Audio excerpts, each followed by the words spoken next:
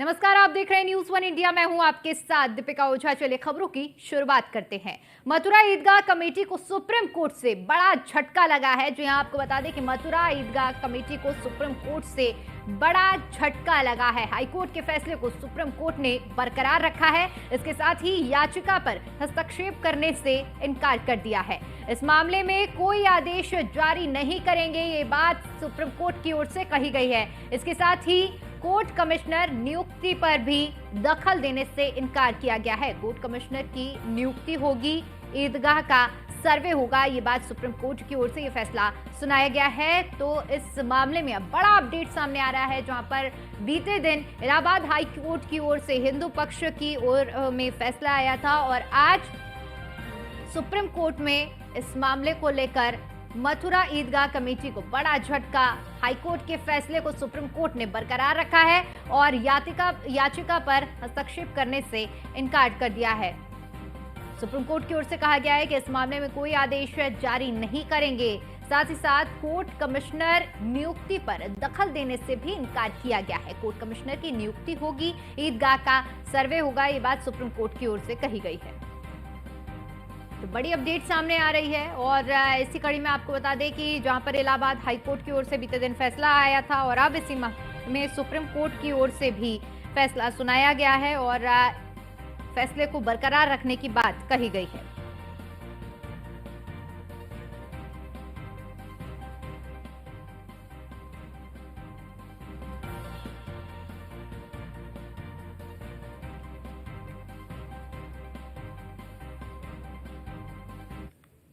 वहीं इसी खबर पर ज्यादा जानकारी के साथ हमारे संवाददाता पीयूष तिवारी हमारे साथ जुड़ चुके हैं। पीयूष, मथुरा ईदगाह कमेटी को सुप्रीम कोर्ट से बड़ा झटका लगा है और हाई कोर्ट के फैसले को यथास्थिति बरकरार रखने की बात कही गई है।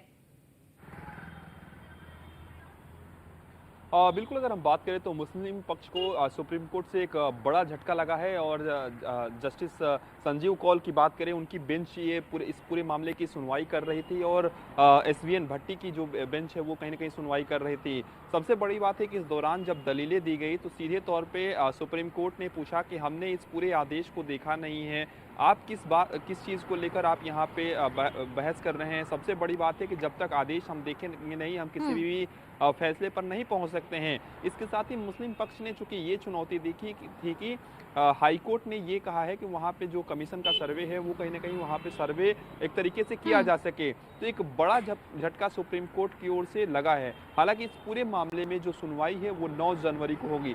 इससे पहले भी आपने देखा कि तमाम जो सुनवाइयाँ अलग अलग जगह चल रही है उसको क्लब करने के लिए कहीं ना कहीं मुस्लिम पक्ष ने कहा था और उसको लेकर जो अगली सुनवाई है वो 9 जनवरी को होगी।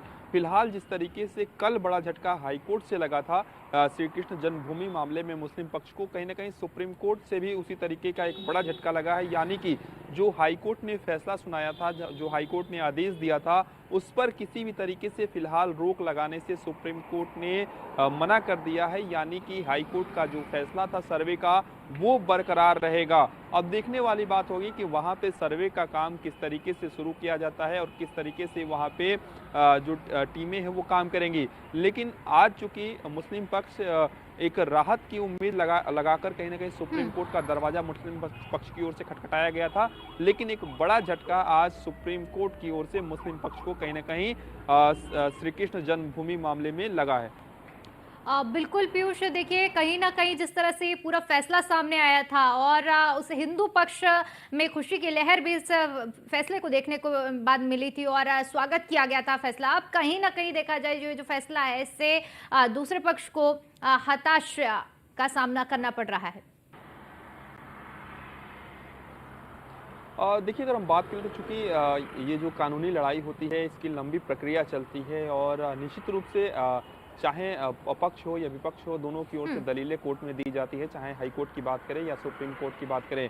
फिलहाल आज भी तमाम जो दलीलें हैं दोनों पक्ष की ओर से सुनी गई। खासतौर पे मुस्लिम पक्ष की ओर से जो दलील दी गई और सीधे तौर पे कहा गया कि कहीं ना कहीं एक चुनौती जो है वो दी गई थी। लेकिन आज जो कि सुप्रीम कोर्ट ने पूरी तरीके से यही कहा कि जिस बात का आप जिक्र कर रहे हैं उसके आदेश की कॉपी कहाँ है, तमाम बातें सुप्रीम कोर्ट की ओर से भी कही गई। हालांकि कोर्ट में और क्या कुछ दलीलें दी गई लेकिन जिस तरीके से हिंदू पक्ष के वकील विष्णु शंकर जैन की बात करें, उन्होंने सीधे तौर पे कहा कि मुस्लिम पक्ष को एक बड़ा झटका कहीं ना कहीं इस पूरे फैसले के बाद, या यूं कहें कि सुप्रीम कोर्ट की टिप्पणी के बाद से जरूर लगा है।